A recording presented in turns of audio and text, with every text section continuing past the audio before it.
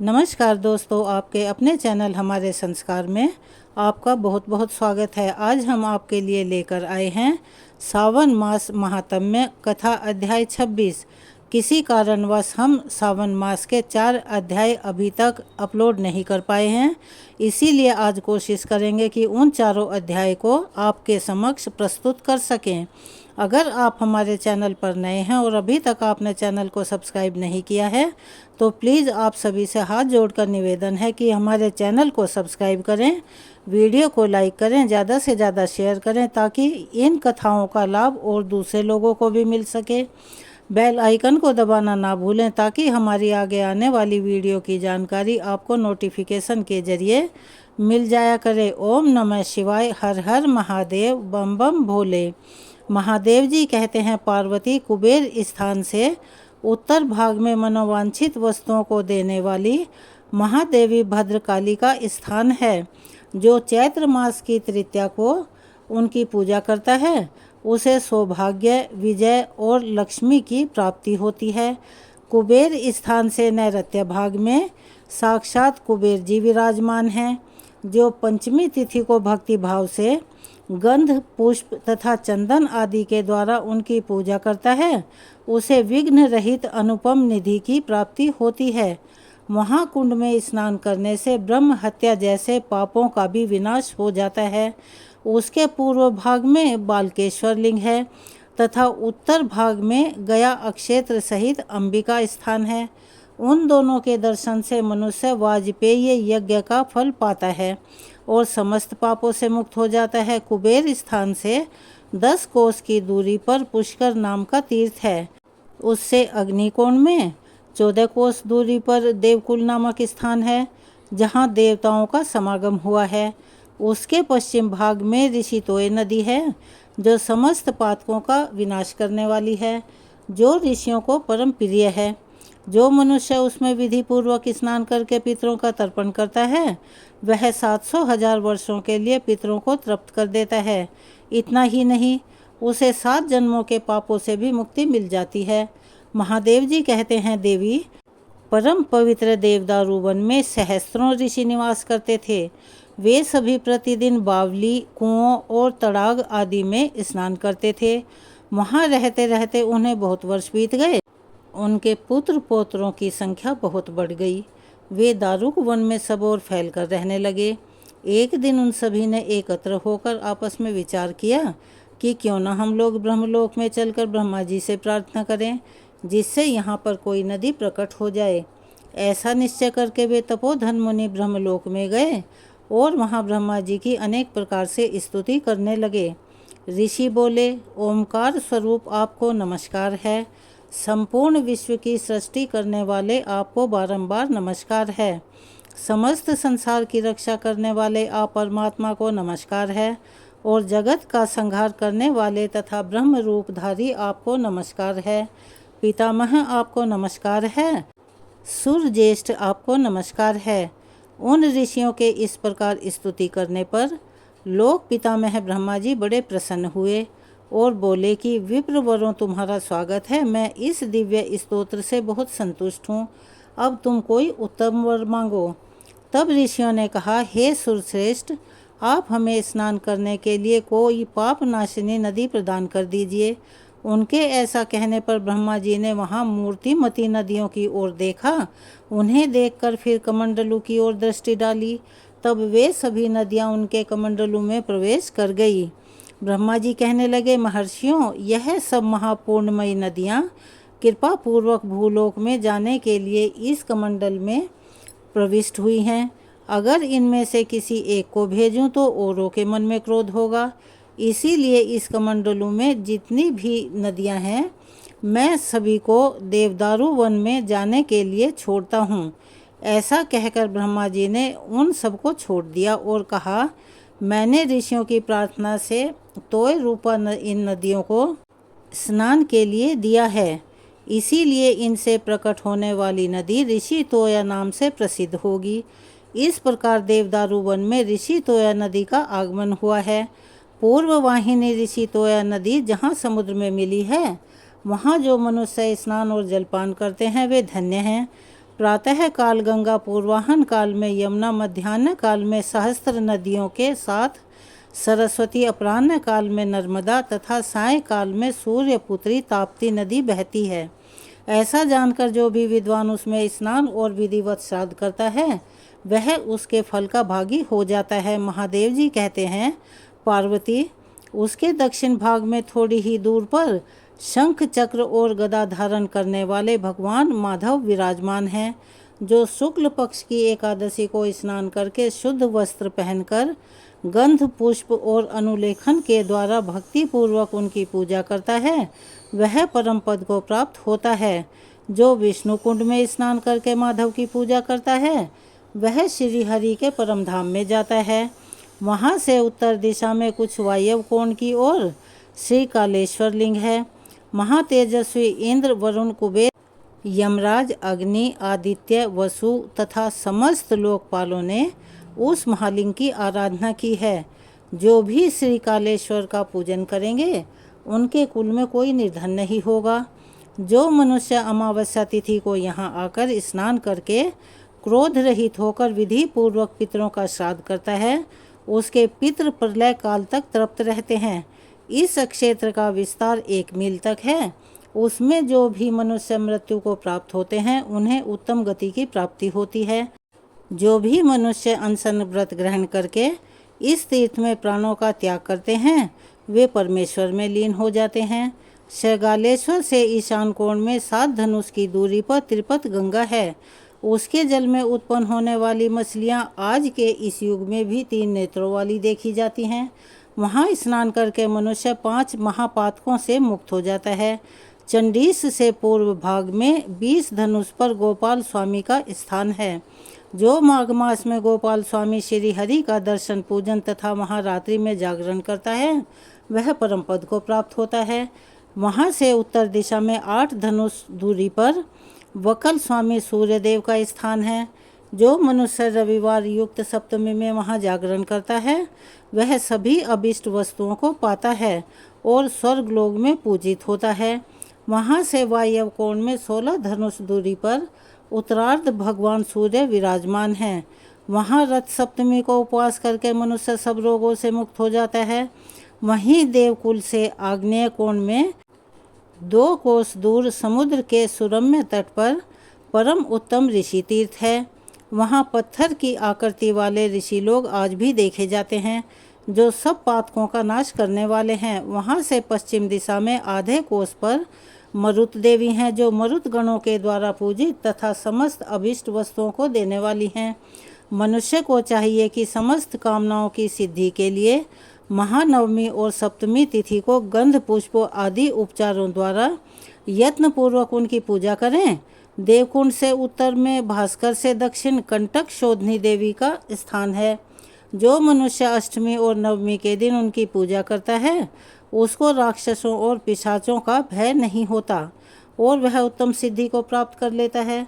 उससे पूर्व दिशा में थोड़ी ही दूरी पर ब्राह्मणों द्वारा स्थापित ब्रह्मणेश्वर लिंग है। जो ऋषि तो नदी के जल में स्नान करके उसका पूजन करता है वह ब्राह्मण जड़ता से रहित और वेदज्ञ होता है।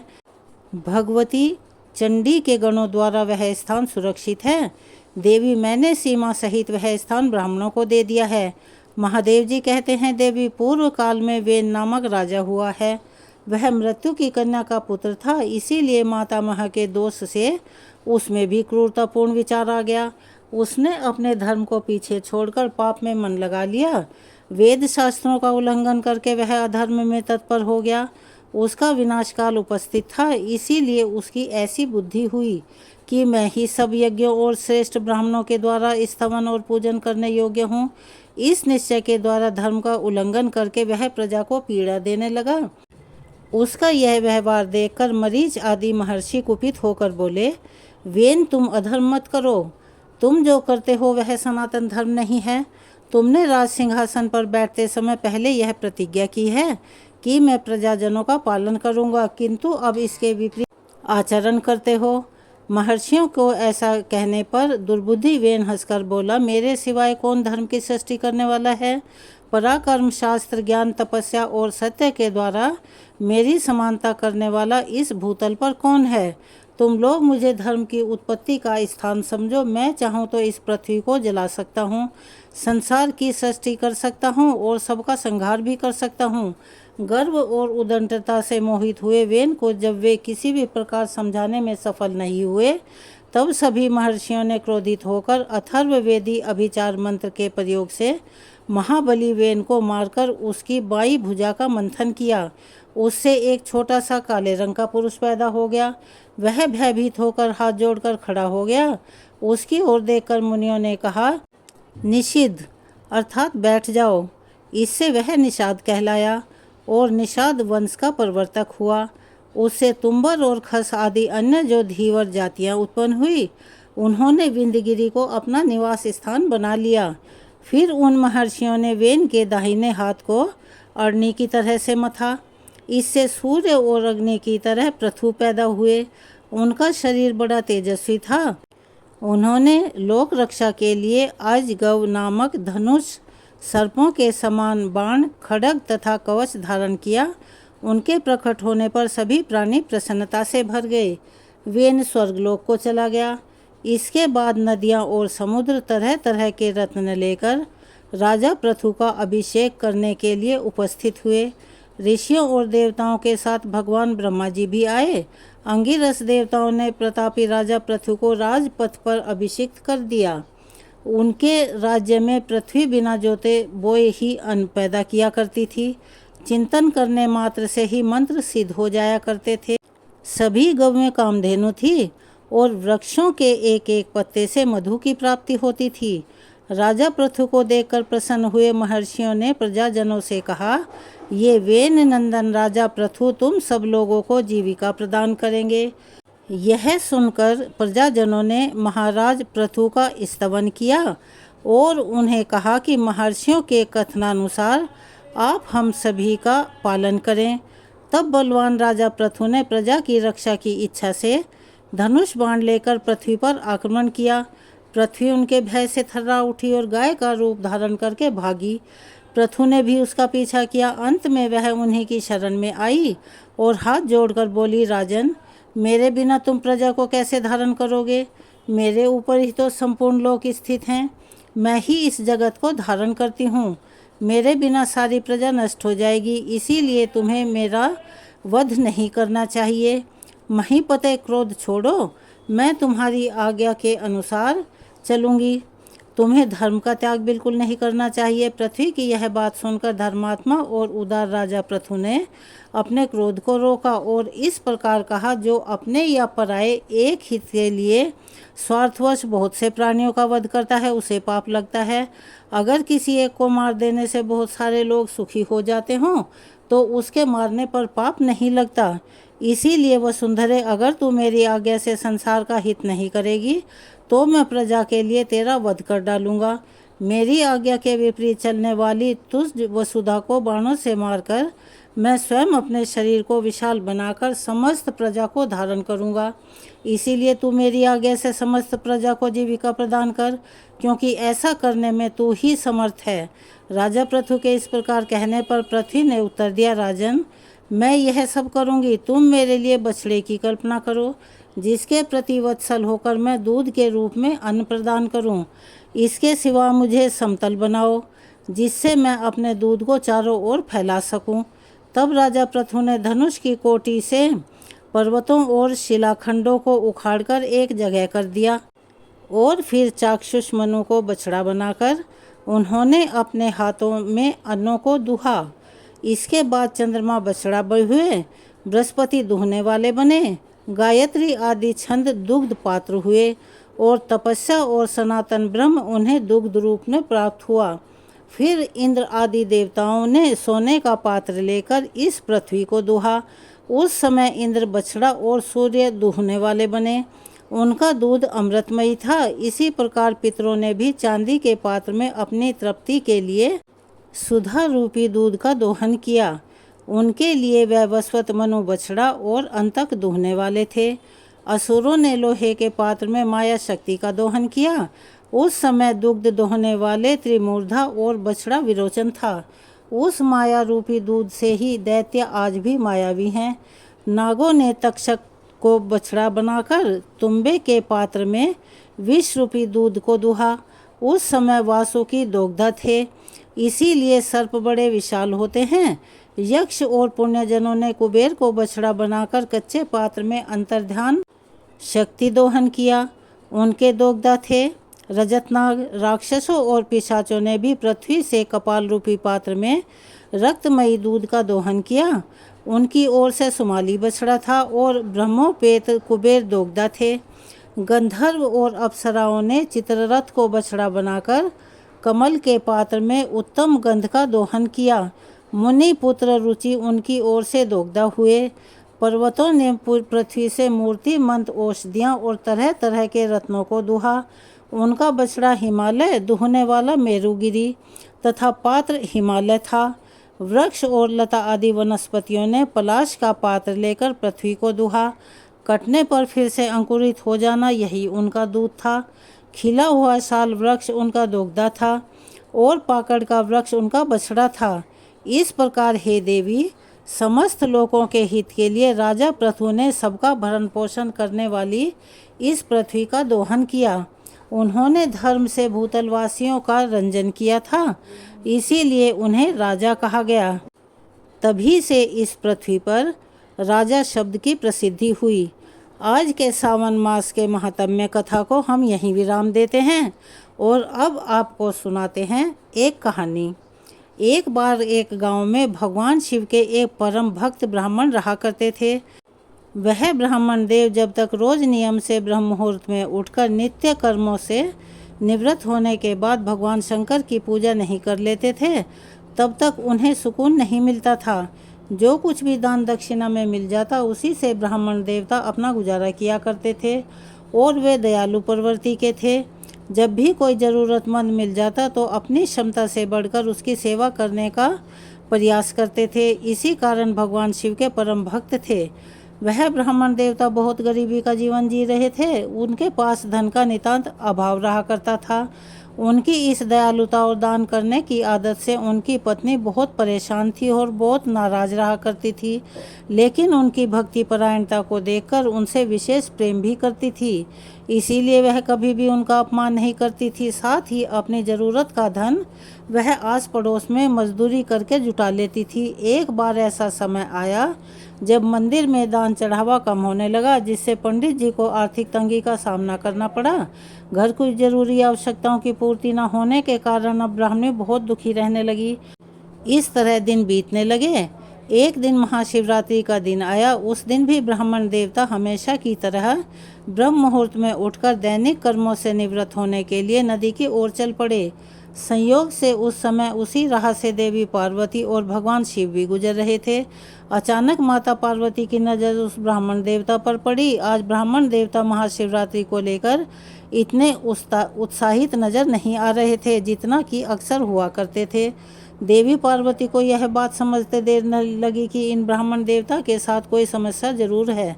यह जरूर किसी न किसी कारण से दुखी हैं। तब उन्होंने भगवान शिव से कहा कि प्रभु, यह ब्राह्मण देवता हर दिन आपकी उपासना करता है, फिर भी आपको इसकी चिंता नहीं है। देवी पार्वती की बात सुनकर भोलेनाथ बोले, हे देवी, अगर मैं अपने भक्तों की चिंता नहीं करूँगा तो फिर कौन करेगा? अगर मैं अपने भक्तों के कष्ट दूर नहीं करूँगा तो भला कौन करेगा? तब देवी पार्वती जी फिर कहने लगी कि हे प्रभु, तो फिर आपने अब तक इस ब्राह्मण की सहायता क्यों नहीं की? भगवान शिव कहने लगे, देवी आप निश्चिंत रहिए। अब तक उसने अपने पूरे जीवन में जितने भी बेलपत्र शिवलिंग पर अर्पित किए हैं, वही बेलपत्र आज रात्रि में उसे धनपति बना देंगे। यह वार्तालाप भोलेनाथ और माता पार्वती के बीच चल रहा था। भगवान शिव माता पार्वती से ऐसा कहकर माता पार्वती के साथ वहीं से अंतर्ध्यान हो गए। लेकिन संयोग तो देखिए, उसी समय उसी राह से एक व्यापारी जा रहा था। उसने छुपकर भगवान शिव और देवी पार्वती के बीच हुए इस वार्तालाप को सुन लिया। अब व्यापारी ने अपना दिमाग चलाया। चालाक तो वह था ही। सोचने लगा, अगर बेलपत्र से यह ब्राह्मण धनपति हो सकता है तो फिर मैं क्यों नहीं हो सकता। यह सोचकर वह ब्राह्मण के घर पहुंच गया और ब्राह्मण देवता से बोला, पंडित जी, आपने अब तक जितने भी बेलपत्र शिवलिंग पर चढ़ाए हैं, भगवान शिव की पूजा में चढ़ाए हैं, वह सारे के सारे मुझे दे दीजिए। मैं बदले में आपको 1000 स्वर्ण मुद्राएं दूंगा। उसकी यह बात सुनकर ब्राह्मण देवता हैरान हुए। फिर उन्होंने अपनी पत्नी से पूछा कि मुझे क्या करना चाहिए। तब ब्राह्मणी ने कहा, पुण्य का दान करना तो ठीक नहीं है, लेकिन हम बहुत गरीब हैं और गरीबी में जीवन बिता रहे हैं। ऐसे में यदि अपने द्वारा चढ़ाए गए बेलपत्र आप उस व्यापारी को दे देंगे तो वह हमें मोहरे देगा, जिससे हमारे कुछ दिन तो आराम से कट ही जाएंगे। और अभी हमारी स्थिति भी ऐसी है, हमें तो धन की आवश्यकता है। बेलपत्र से हमें कोई धन तो मिलने वाला नहीं है, इसीलिए आप यह सारे बेलपत्र उस व्यापारी को दे दीजिए। ब्राह्मण देवता ने सारे बेलपत्र बोरे में भरकर व्यापारी को दे दिए। बेलपत्रों का बोरा लेकर वह व्यापारी अब पहुंच गया भगवान शिव के मंदिर में और फिर शिवलिंग पर एक एक बेलपत्र चढ़ाकर देखने लगा कि देखूं भगवान शिव कब तक कृपा करेंगे और कब मैं धनवान बन जाऊंगा। प्रतीक्षा करते करते व्यापारी को आधी रात हो गई। उसके मन में तो लालच आया हुआ था। उसने छल कपट करके उस ब्राह्मण देवता से वो सारे बेलपत्र ले लिए थे। वह व्यापारी भगवान शिव के द्वारा किया जाने वाला चमत्कार देखने के लिए बहुत ही बेचैन हो रहा था। पहला पहर बीता, दूसरा पहर बीता, आखिर में तीसरा पहर भी गुजरने के बाद व्यापारी के सब्र का बांध टूट गया। अब वह मारे क्रोध के और झुंझलाहट के वह व्यापारी शिवलिंग को झकझोरने लगा। अचानक ही एक चमत्कार हुआ कि व्यापारी के हाथ शिवलिंग से ही चिपक गए। उसने बहुत ही प्रयास किया अपने हाथ शिवलिंग से हटाने का, लेकिन हटना तो दूर, हाथ हिले तक नहीं। थक हार कर वह व्यापारी अब भगवान शिव से समायाचना करने लगा। तब एक आकाशवाणी हुई। आकाशवाणी ने कहा, हे लालची व्यापारी, तूने जिस ब्राह्मण से बिल्व पत्र खरीदे हैं उसे 1000 स्वर्ण मुद्राएं दे, तब जाकर तेरे हाथ छूटेंगे। अब व्यापारी को अपनी गलती का बड़ा पश्चाताप हुआ। उसे समझ में आ गया था कि उसकी करने का फल उसे मिल चुका है। तब तक प्रातःकाल हो चुकी थी। पूजा का चौथा पहर भी बीत रहा था। इतने में ही वह ब्राह्मण देवता पूजा करने के लिए शिव मंदिर में आया तो उन्होंने देखा कि व्यापारी के हाथ शिवलिंग पर चिपके हुए हैं और वह व्यापारी जोर जोर से रो रहा है। यह देखकर ब्राह्मण देवता हैरान हो गए। तब तक वह व्यापारी गिड़गिड़ाते हुए ब्राह्मण देवता से कहने लगा कि हे ब्राह्मण देवता, आप जल्दी से मेरे बेटे को 1000 स्वर्ण मुद्राएं लेकर मंदिर में आने को कहिए। ब्राह्मण देवता ने व्यापारी के बेटे को बुलवाया और जब वह 1000 स्वर्ण मुद्राएं लेकर आ गया तब व्यापारी ने वह सभी स्वर्ण मुद्राएं ब्राह्मण देवता को दिलवा दी। जैसे ही वह स्वर्ण मुद्राएं ब्राह्मण देवता को दी गई, तुरंत ही व्यापारी के हाथ शिवलिंग से छूट गए। यह देखकर देवी पार्वती जी ने भगवान शिव से पूछा, हे भोलेनाथ प्रभु, आपने तो कहा था कि आप अपने इस भक्त को धनवान बना देंगे, तब आपने अभी तक इसे कोई भी धन क्यों नहीं दिया है। भगवान शिव मुस्कुराकर कहने लगे, देवी, मेरे पास धन कहाँ है जो मैं दूंगा, किंतु हाँ, अब मेरा भक्त गरीब नहीं रहा, आप स्वयं अपनी आंखों से देख लीजिए। जब देवी पार्वती ने ध्यान लगाया तो उन्हें सारी बात समझ में आ गई। भोलेनाथ ऐसे ही हैं, अपने नाम की तरह उनके काम भी भोलेपन से किए हुए होते हैं। समय आने पर वह अपने भक्त पर कृपा करते ही हैं। हे भोलेनाथ, जैसी कृपा अपने ब्राह्मण देवता पर की, वैसे ही अपने सभी भक्तों पर करना। अगर कोई भूल चूक हो जाए तो उन्हें क्षमा करना। आपको यह कहानी कैसी लगी, कमेंट्स बॉक्स में अपनी राय अवश्य लिखें। अगर आप हमारे चैनल पर नए हैं और अभी तक चैनल को सब्सक्राइब नहीं किया है तो आप सभी से निवेदन है कि आप हमारे चैनल को सब्सक्राइब करें, वीडियो को लाइक करें, ज़्यादा से ज़्यादा शेयर करें ताकि इन कथा कहानियों का लाभ दूसरे लोगों को भी मिल सके। बेल आइकन को दबाना ना भूलें ताकि हमारी आगे आने वाली सभी वीडियो की जानकारी आपको नोटिफिकेशन के ज़रिए मिल जाया करे। अपना प्यार और सहयोग हमें हमेशा ऐसे ही देते रहें। कमेंट्स बॉक्स में ओम नमः शिवाय, हर हर महादेव लिखना ना भूलें। धन्यवाद।